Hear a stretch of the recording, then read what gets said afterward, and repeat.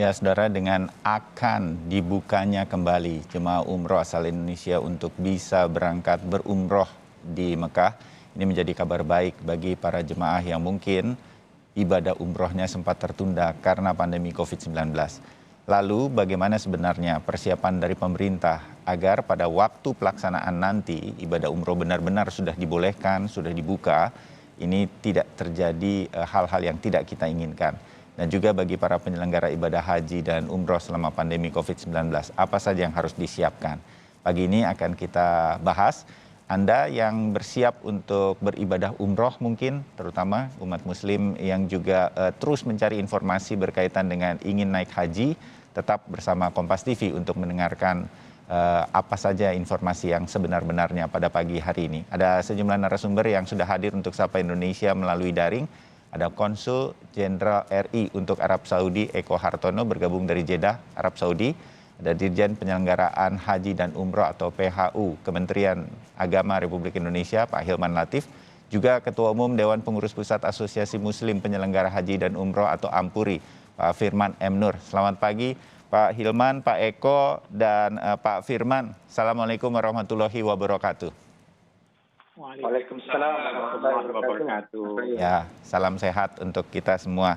Pak Hilman dulu, Pak Hilman, supaya tadi sebelum kita ngobrol pagi hari ini, Pak Eko juga sudah mengingatkan izin untuk kemudian menyampaikan kepada pemirsa Sapa Indonesia Pagi yang mendengarkan, jangan sampai salah bahwa ini belum dibuka, begitu. Kira-kira begitu ya Pak Eko, biar Pak Hilman deh yang menyampaikan, pemirsa biar jelas bahwa ini masih dalam persiapan. Pak Hilman, silakan. Jadi kondisinya ini sebetulnya kita masih mempersiapkan dan betul akan dibuka. Kapan dibukanya? Apa saja yang harus disiapkan? Pak Hilman, silakan.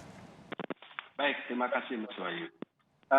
Pemirsa sekalian, kita baru mendapatkan informasi awal terkait dengan pelaksanaan umroh, dibukanya umroh itu.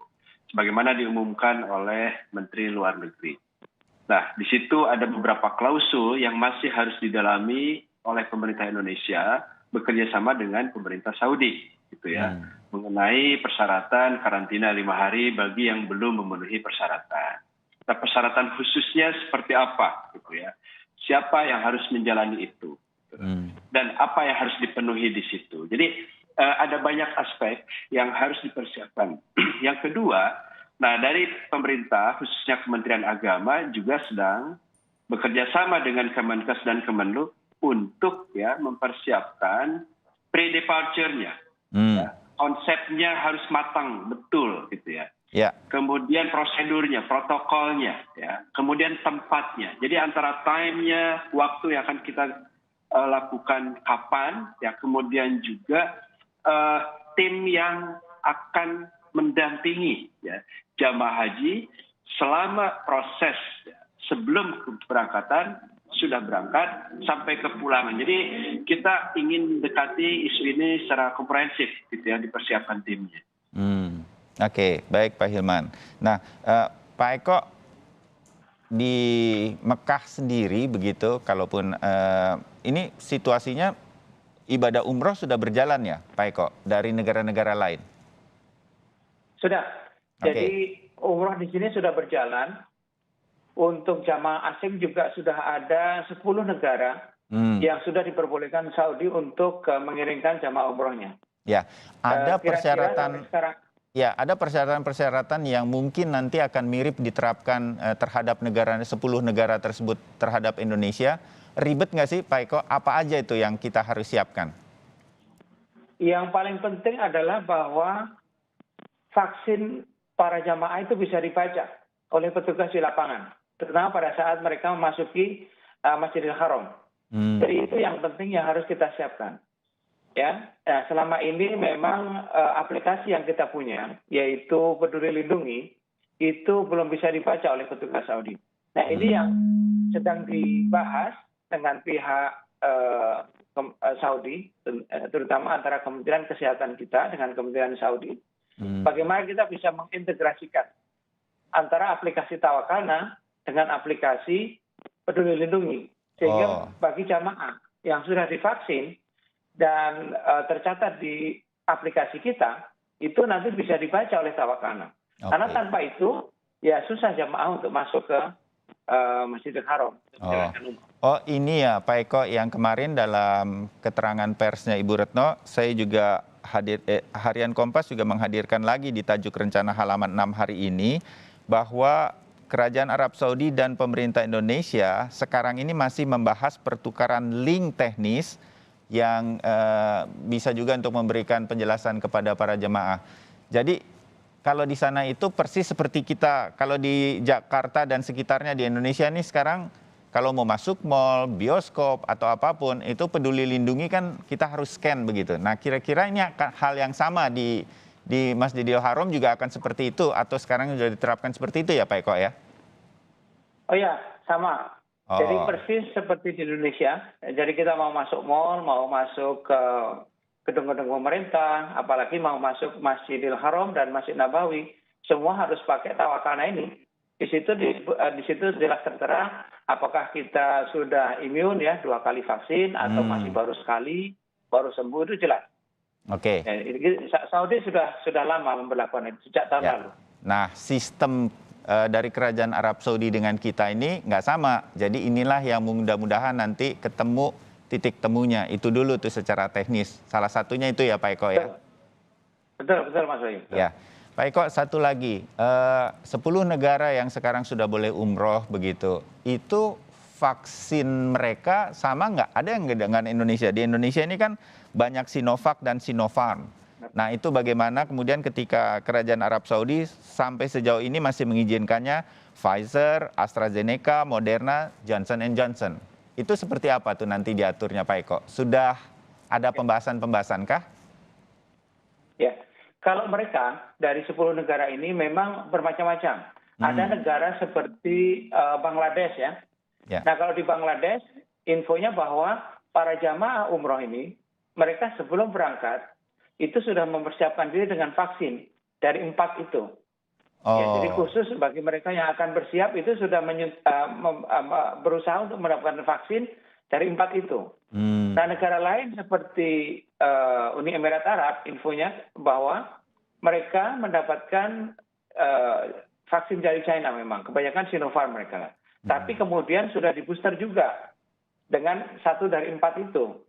Ya, akibatnya mereka begitu masuk Saudi sudah nggak ada lagi karantina, langsung bisa umroh.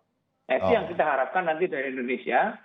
Jangan sampai nanti jamaah juga harus karantina karena belum memenuhi syarat. Jadi ini yang sedang kita bahas ya. 2 kali vaksin plus booster.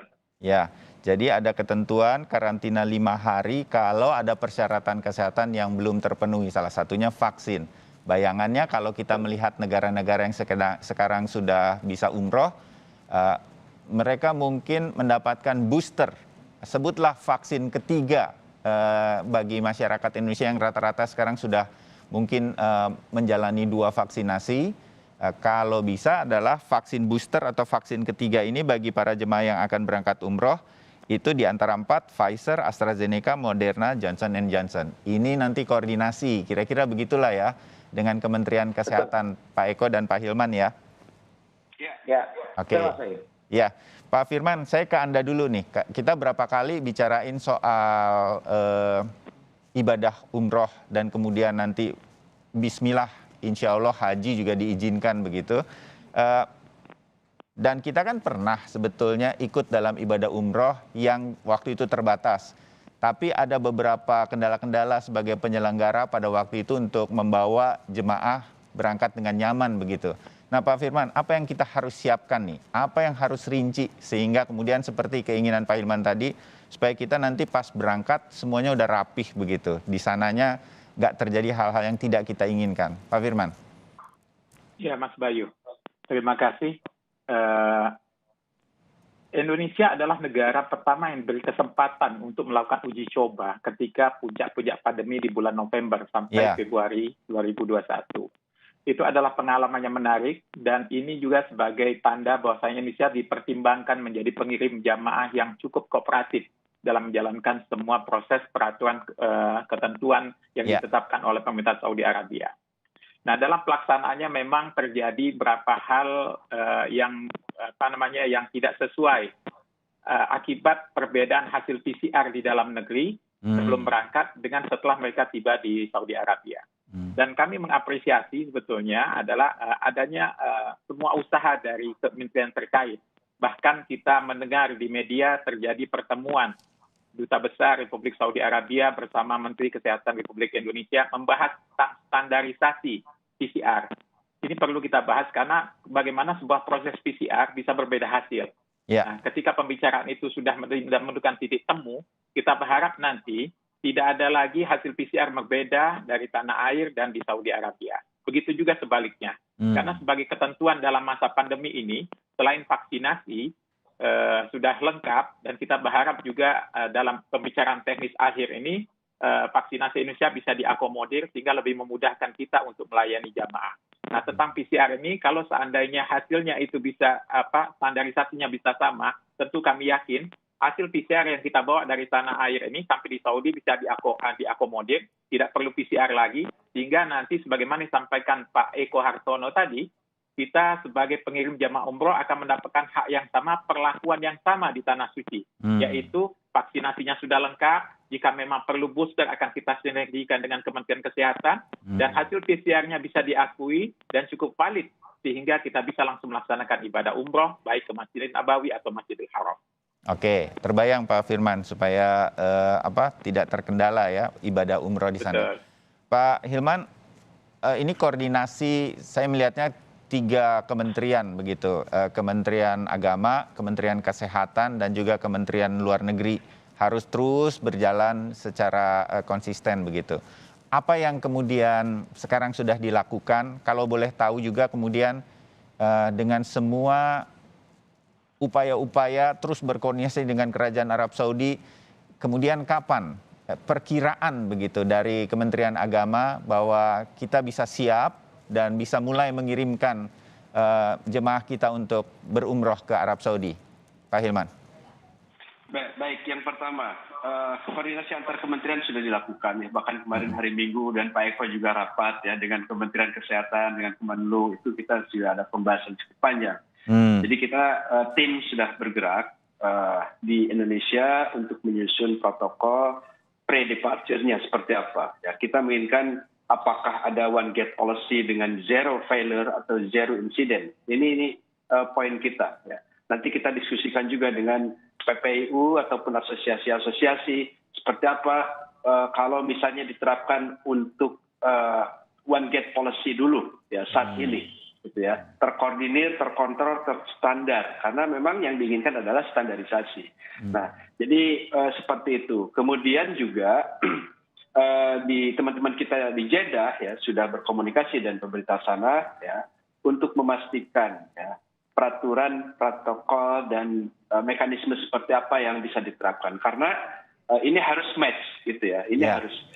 Nah, kemudian ada tim juga yang sudah kita bentuk dan bahkan bukan oleh tim kami, tetapi juga oleh pemerintah melalui Kemenkes ya sedang menyusun ya tadi yang disebutkan oleh Pak Eko mengenai sistem atau aplikasi Peduli Lindungi yang bisa match secara operasional dengan pemerintah Saudi agar bisa digunakan.